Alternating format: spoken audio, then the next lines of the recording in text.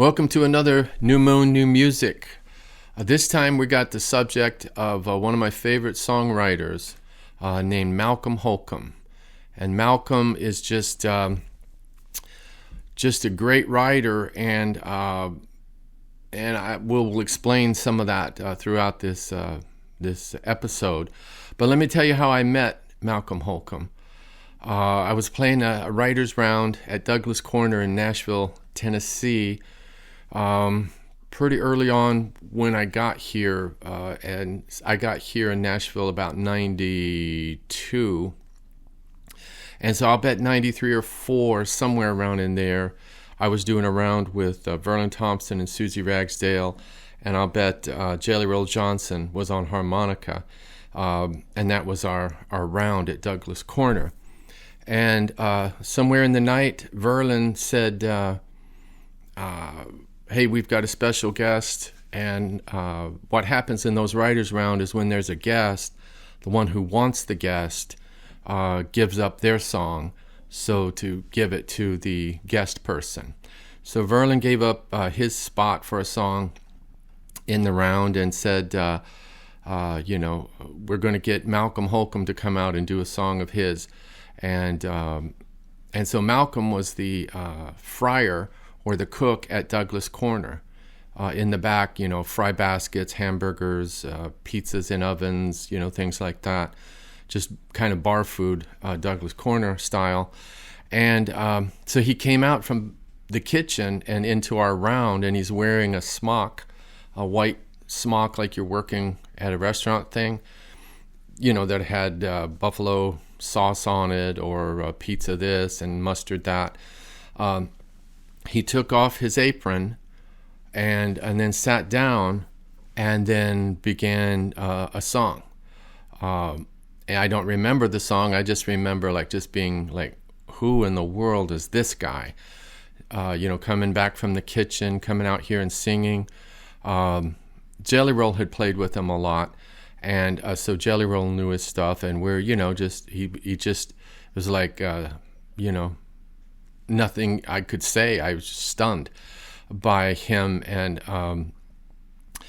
right about that time, maybe, a few weeks later, he had his first album, and Verlin and Susie gave me a copy, and it was called A Far Cry From Here, a blue album that was produced back in that time, early 90s or something.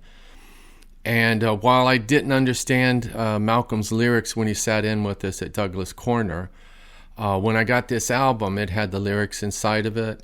And of course it's recorded and it's studio this and that, very clean and clear sounding stuff. That's when I got who this guy was as a writer and singer and player. I got the sense of there's who is this guy? There's something going on from the round, but I didn't know what the songs were until I got this record. And then I could follow along the lyric, and it was like, oh my God, this is someone extremely special, period. And so from that moment on, he was on my radar. So I'm saying 93, 94-ish, something like that. So let me play for you one of the songs that knocked me out, still does, from that record of Malcolm's called A Far Cry From Here. That's the name of the album. I'm going to play for you a song called Teaching Michael Anthony. Listen to this.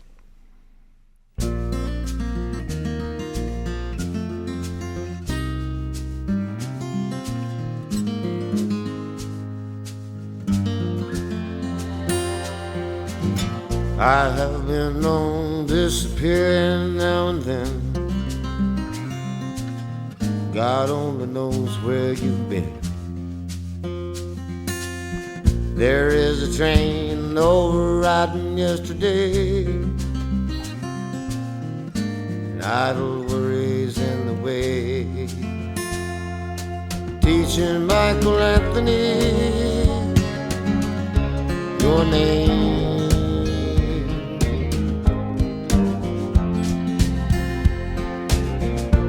Irma keeps children singing back in church, clutching closer to the scraps. Exhausting every muscle possible, outlasting carelessness. Teaching Michael Anthony your name.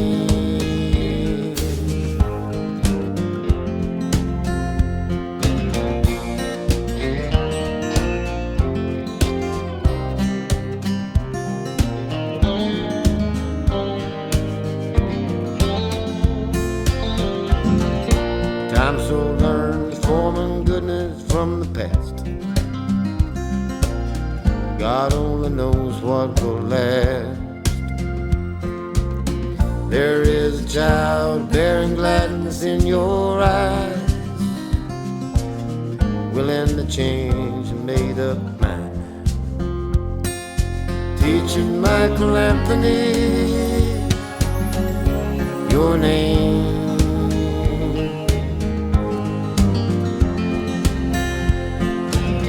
I have been known disappearing now and then. God only knows where you've been. Teaching Michael Anthony your name.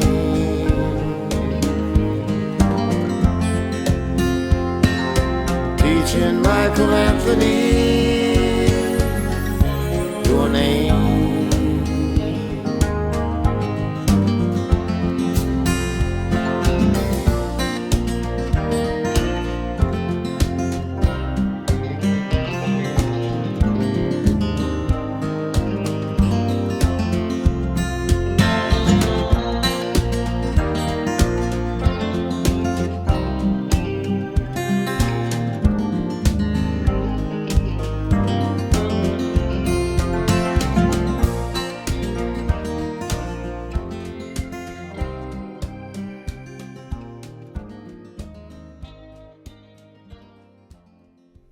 So there's the song Teaching Michael Anthony Your Name. So once I caught on to that song, that's when I knew there was a powerhouse writer and artist here, of Malcolm. That scenario of someone left, let's say in my movie, it's a mom and dad, somebody left, and then the child is left with the one who stayed at home. And that parent is teaching the kid the name of the one who left, like the mom or dad. And that just still tears me apart. It just does. And so I was on the hook now with Malcolm Holcombe from that song forward. Also on that album, that blue album, was the title song, A Far Cry From Here.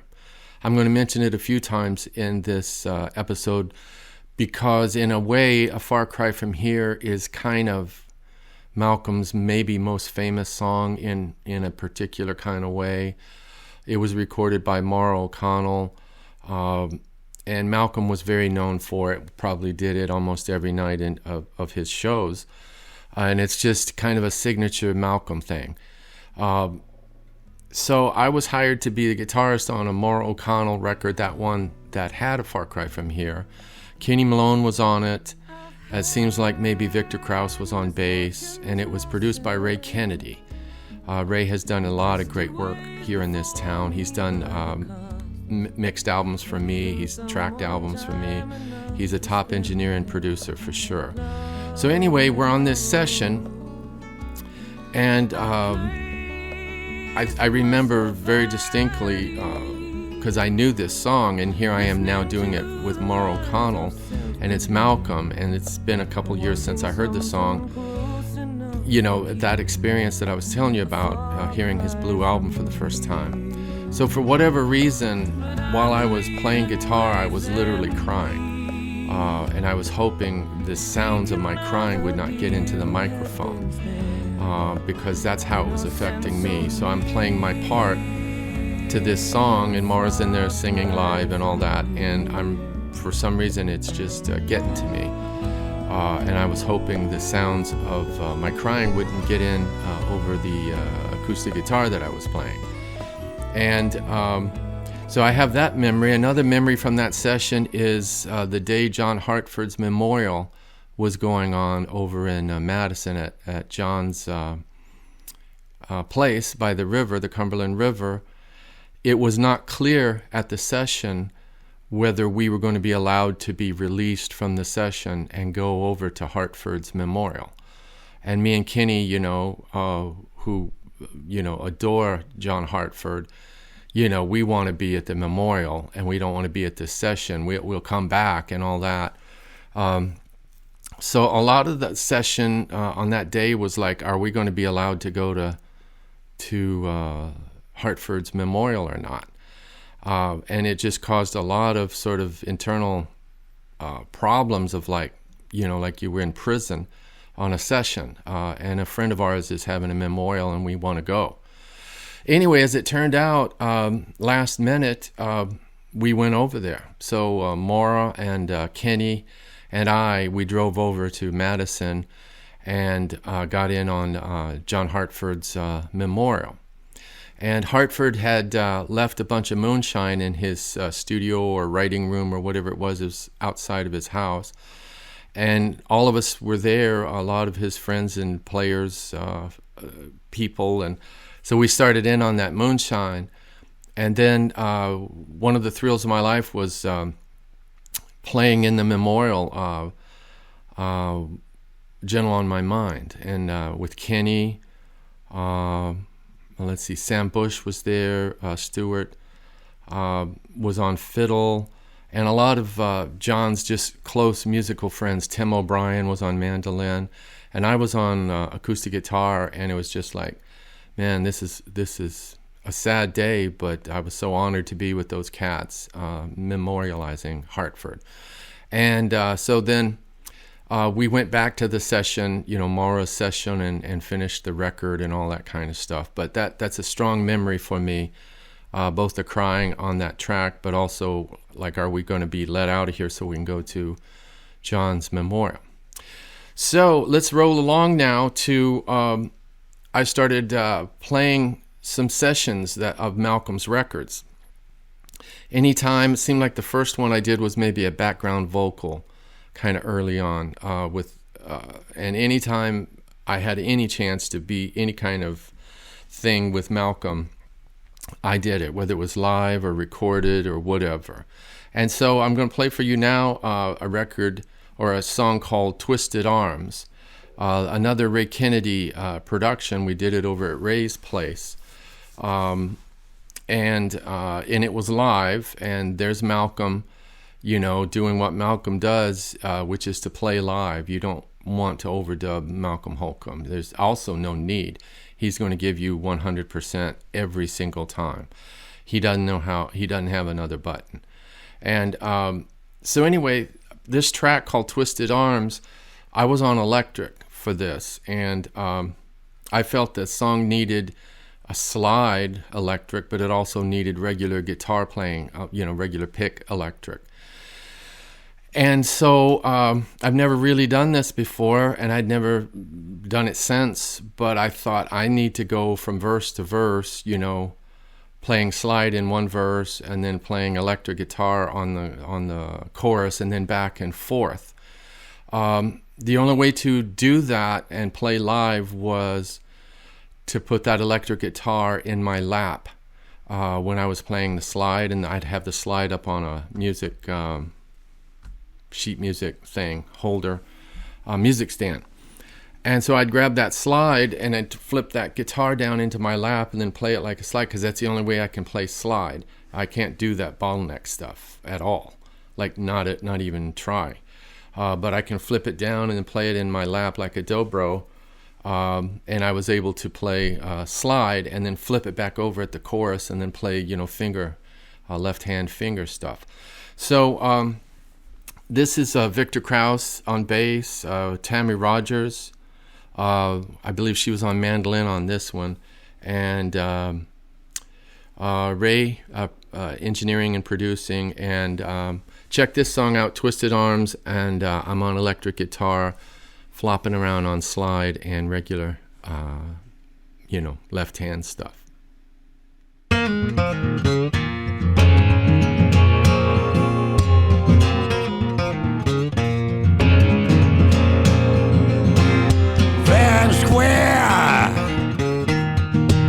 good on paper.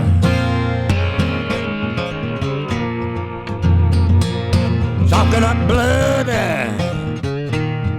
at the head of the table.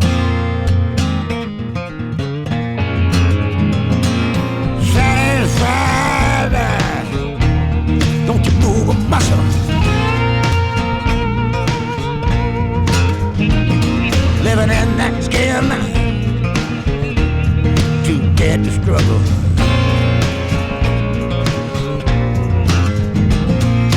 Twisted arms in circulation, twisted arms in circulation, twisted arms in circulation. Yeah, now for the common good.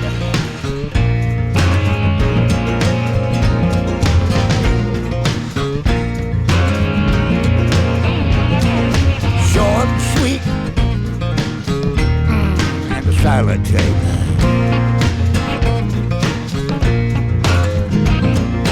Clean up good, broad daylight. She got a ruby lips, go the extra mile.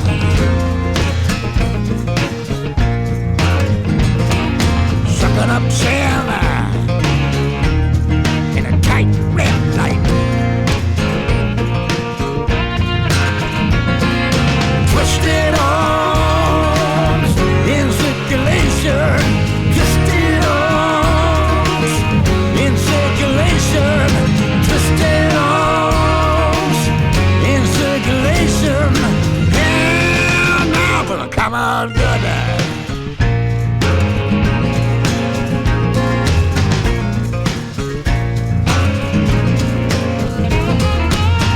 Bugs, well, they got valet parking.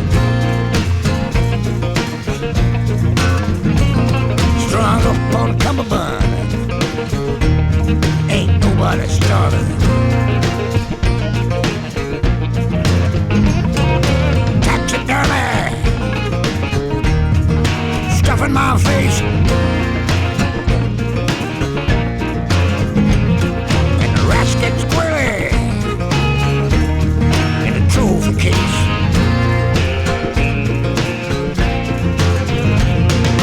Twisted arms in circulation, twisted arms in circulation, twisted arms in circulation.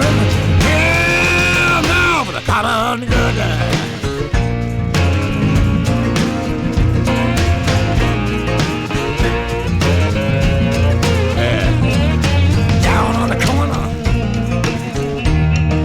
Wall-like smile, like a rabbit in thunder, no compromise.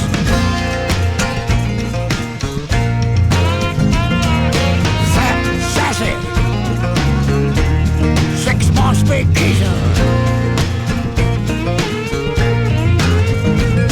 Give me all the answers, no hesitation.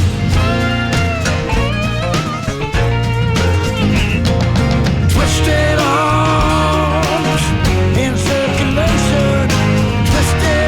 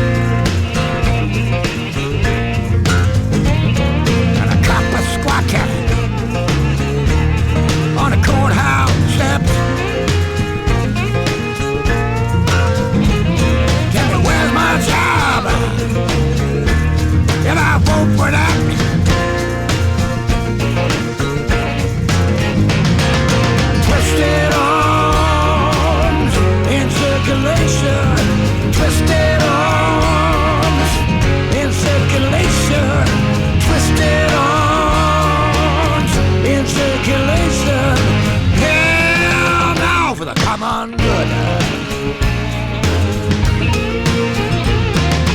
Twisted arms in circulation. Twisted arms in circulation. Twisted arms in circulation. Hell no for the common good.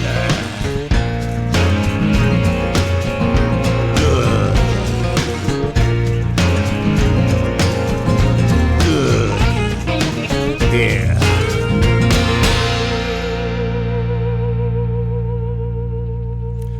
So let's go forward now with more brushes with Malcolm Holcombe. Some of what I would do to run into Malcolm Holcombe was over at Hippie Jack's. Jack ran a festival both in spring and fall out on the Cumberland Plateau, and Malcolm was one of Jack's favorites. Malcolm was one of all of our favorites. So anytime I was at Jack's festival, I'd be playing with Malcolm. For example, I did a writer's round with Ben Bullington and Malcolm and myself. That was one of the ways. Another one is we played in the Sanctuary, and it was David Rowe on bass, Ken Krumer on drums, me on electric, and Malcolm on his acoustic. That was another time. And other times, Jack would call me over to just record a radio show, because Jack was doing a WDVX weekly thing. And so one episode of that was me and Malcolm in Jack's bus.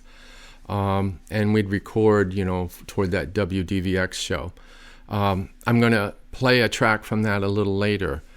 But the point is, anytime I had a chance to sit with Malcolm on his sets, on my sets, for example, I would get Malcolm to open for me when it all made sense, like when, the money was right and the situation was right. So like Knoxville, when I'd play the Bijou, he'd open for me. Sometimes at Asheville, maybe the Orange Peel or different places there. And then when he had a set where I was in town, he'd use me on electric guitar. So the point I'm making is, anytime I had a chance to play with Malcolm, record with Malcolm, I did. I even had Malcolm come in and talk to my students at Song Food one time. Often I would bring in a Nashville writer to talk to my students, just to give another perspective to the students other than my own. And I brought Malcolm in one time to do that, and I still have students talking about that. So the point is, anytime I could get around Malcolm, I was there. So now let's go forward to Malcolm wanted me to produce an album for him. And it was like, absolutely, let's hear the songs. Because that's where it all starts to me. It's the songs. We can monkey around with other stuff, what instrumentation or this or that, but the songs are everything. That's where we all begin. So oddly enough, Malcolm sent me about 25 songs, something like that. And it was, an overwhelming amount of songs, and more than the album's going to hold. So I literally, first I heard the songs, but then I got back to Malcolm and said, okay, look, I'm holding you to 10 songs. And so now send out your 10 songs to me. And so basically what happened is, I was picking my 10, and separate from that, he was picking his 10. Our two lists turned out to be identical. Absolutely. His 10 were my 10. So it was like, great, we're on the same page here. And then, so basically, we recorded a whole album over at Jack's, Hippie Jack's Sanctuary. And I got my friend Eric Jaskowiak to come in and do a little mobile recording thing, and basically built it around Malcolm and myself on every track. But then I pulled in Verlin Thompson to be on maybe 3 or 4 tracks. I pulled in Jared Tyler, who's produced and traveled with Malcolm for years. And Jared came in on some of the stuff. And then that's how we tracked, was live, and us sitting, in a circle-ish together. and recorded this entire album. The album's called Pretty Little Troubles. I think that's the title. I'm going to play to you back-to-back 2 songs. I'd love to play you the whole album and talk about each track. I could certainly do that, but I'm not going to. I'm going to play to you 2 tracks. One's called Eyes of Josephine, and the other one is called Yours No More. The Josephine song had an Irish, obvious Irish thing going on. It had an Irish-y lick on the guitar, so we made that kind of a gang-style Irish, everybody get on the melody type thing.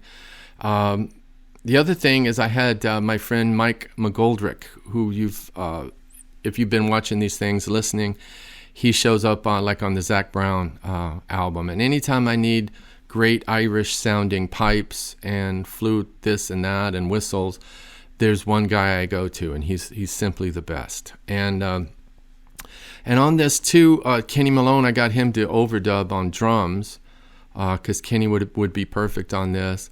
And my dream bass player would have been Danny Thompson, who I did 2 shows of on this episode of this series. And of course I didn't get Danny, or couldn't. So what I did was I played bass, and I tried to do my best Danny Thompson sound alike, and I don't get anywhere near that, but the attitude is there. And so I'm playing bass on Josephine. And then you're going to hear the song called Yours No More. We're going to do 2 in a row here from the album I produced with Malcolm.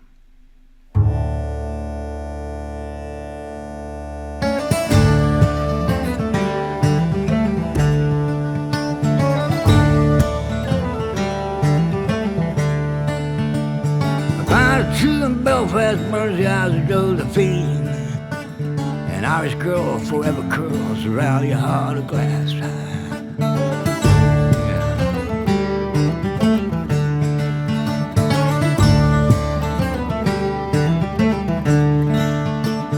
Shadow blowing into town, shadow going back. The night shift calls your counsel, the pits for your pockets.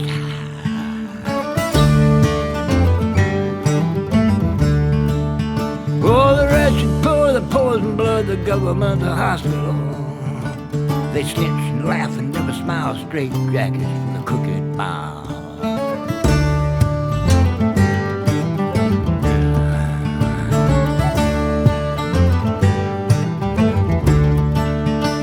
A pirate true in Belfast, burns the eyes of Josephine. Yeah, an Irish girl forever curls around your heart of glass.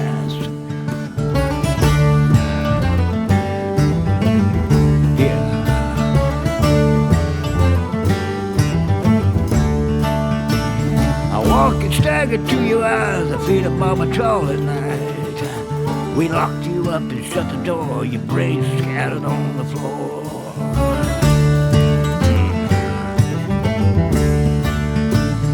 Quick to turn the hollow spurs, a gaping hole of lonesome. A pound or 2 in Belfast burns the eyes of Josephine.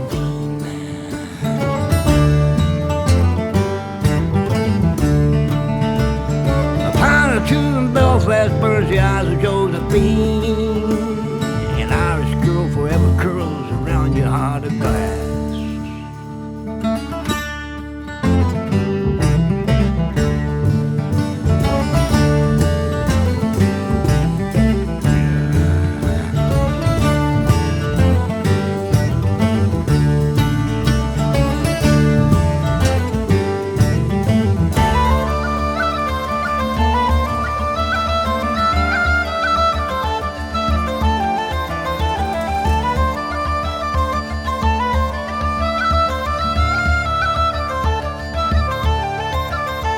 Darkness breaks the northern lights and rhapsodies chilling.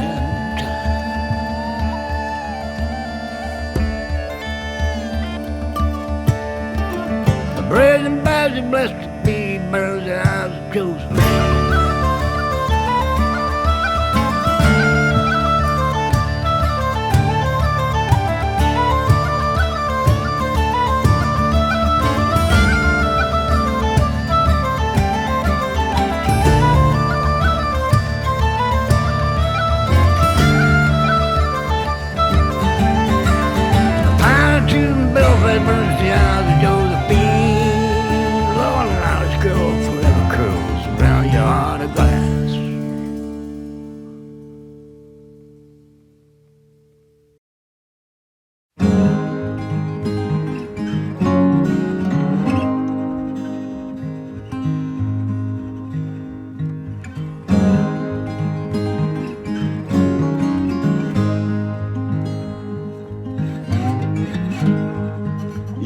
built all the bridges in your mind, all are cold.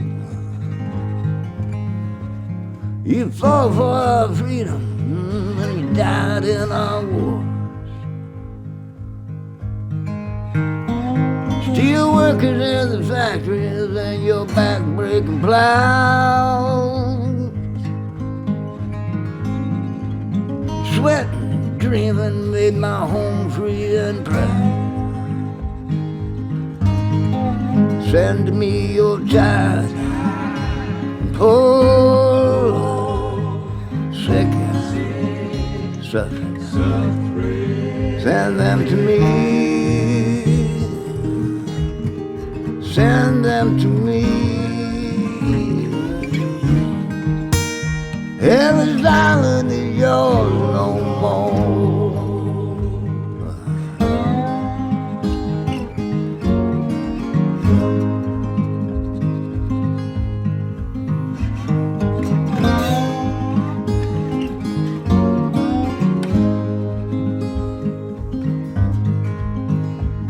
Been thrown out of England, misdeeds and blood. You journeyed and you died by God's grace and blood. I once was a beggar, robber and a liar, at the mercy of handouts, government lawyers. Send me your child, poor, you're sick, suffering. Send them to me.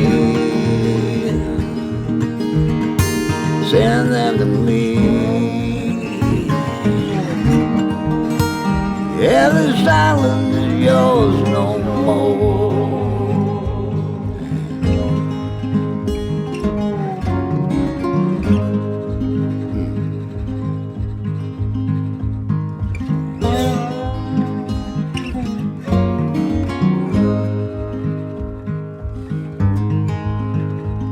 Oh, why do you suffer?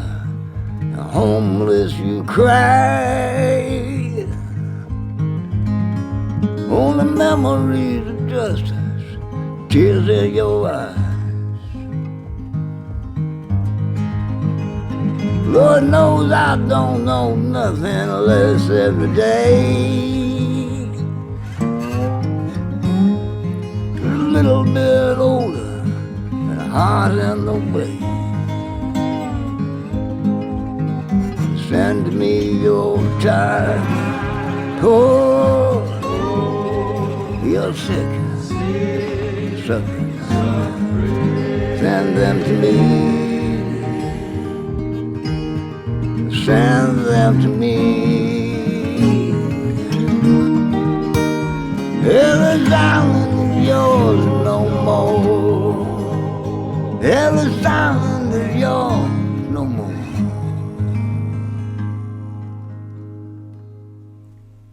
So, that song, Yours No More, is just another example of just, head-shaking wonder of Malcolm's writing. That's a song I had Verlin on the tracking of it, and me, and I think, of course, Malcolm. So I think the three of us built this thing up. It's possible that Jared was on the tracking, but I know he was there, and I know we did the vocal. So when you hear that vocal in there, gospel quartet-ish kind of vocal, that's me and Jared and Verlin doing those echoes in there, because this song is just stunning. It's a great song. And in this time of all the gathering up people and sending them away and breaking up homes and families and people who've been here for years, and this immigration kind of stuff. And this song there's no better song that I've ever heard about that general idea of this country being built on immigrants. All of us are immigrants. I'm sorry, unless you're a native American. You came here from somewhere else. Your family did. So this is Malcolm's Yours No More, as you heard. The other thing to tell you about Malcolm was he was very politically minded and very social commentary minded. So that song, Yours No More, that's not just him putzing around. That's where he lives. He lives in that place where we're supposed to talk about things that are problematic in our society, in our political this and that. I've never heard anyone be more strongly devout and outspoken about political things than Malcolm Holcombe. He was just hillbilly enough, I'll put it that way, authentic enough. He was just enough of who he is that he did not mince his words. He did not filter himself. He had no filter when it came to raging out against something like the Bush years or the Trump years or anything like that. He could not be held back whatsoever. And he just, that's a part of what he had. He thought maybe that's what an artist was supposed to do, like a singer-songwriter or a folk singer or this or that. That's what you're supposed to do. So I watched Malcolm do that. The other person I worked with that had that kind of muscle was Steve Earle. And Steve would speak out at shows. So when I was playing in his Bluegrass Dukes thing, Steve could be very outspoken. But I'm telling you, no one was more outspoken and just getting after it than Malcolm Holcombe. When he was after something and was speaking out, he had no filter. He just came bubbling right out. So that's our Malcolm there. I could go on and on about Malcolm, but I need to keep this into, just stories and shorter things. So here's what I'm going to end with now. I've recorded songs of Malcolm's. Who Carried You is on my Horoso album. I played that on banjo. And so that's one, you could go check out if you want to hear me doing that stuff. I've done his songs in concert here, there, and yonder. But what I want to end with right now is one of those times where Hippie Jack, called me over to the bus to record, and Malcolm. So I met Malcolm there, and then Jack just turned on a recorder, and it's me and Malcolm just playing. And I'm playing Guy Clark's classical guitar, actually flamenco guitar, and I brought that over just for the heck of it. And so this last track you're going to hear is that song, A Far Cry From Here, the one I did on the Mora record. And I'm on the classical guitar thing, and then there's Malcolm. Listen to the end where, we finish the song and then we talk out a little bit, and you'll hear perfect 100% Malcolm Holcombe. And that's it. We're going to wrap up my talk on Malcolm Holcombe, just one of my favorite writers that I keep going back to over and over and over again. It never tires. There's always something for me in listening to Malcolm's music, and maybe one of my most proud moments among many with Malcolm was being able to produce that album that I did with him. Pretty Little Troubles, I think it was called. Anyway, over and out. Follow and check out Malcolm Holcombe. By the way, he passed away just over a year ago. And so he's sorely missed, but man, did he pile it in there while he was alive, with albums and concerts. And, there's still buckets of songs that he still has in the can or in, a computer somewhere. But he was just, he worked harder and more than anyone I know, and I know plenty of folks.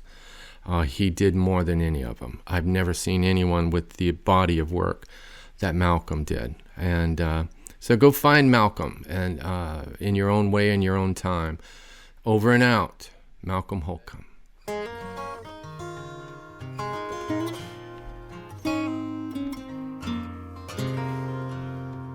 I've heard misfortune losses and the wasted ways before me by the cause. Giving someone time enough for spending love on the borrowed. And I placed myself at ease, listening to the lies of self-belief, wanting something close enough for keeping a far cry from here. Even still, the night is passing, and behind the hearts and emptiness still follow. Distance dams the swallows, hard for lending love on the borrowed.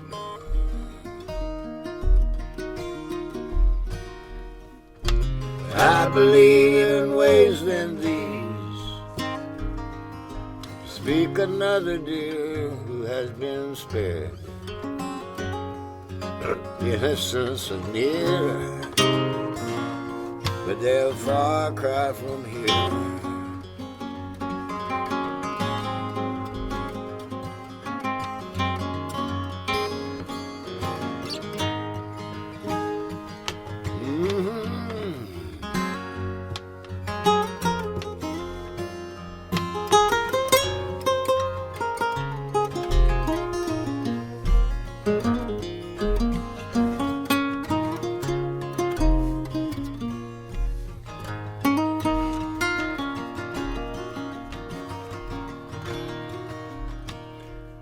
Someone said that it's true to know there's belonging when you're longing for someone.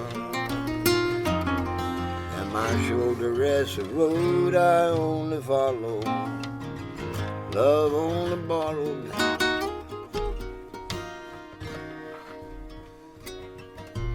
I believe in ways than these. Speak another dear who has been spared. Innocence so near, but they're far cry from here. They're far cry from home.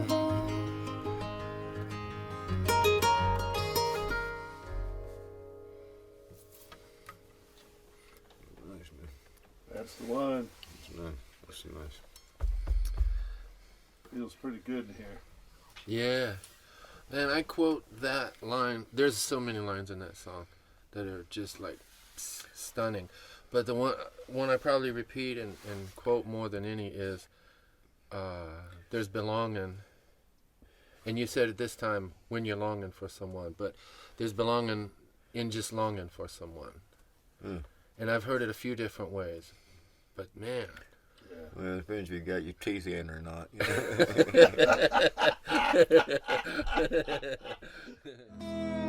know?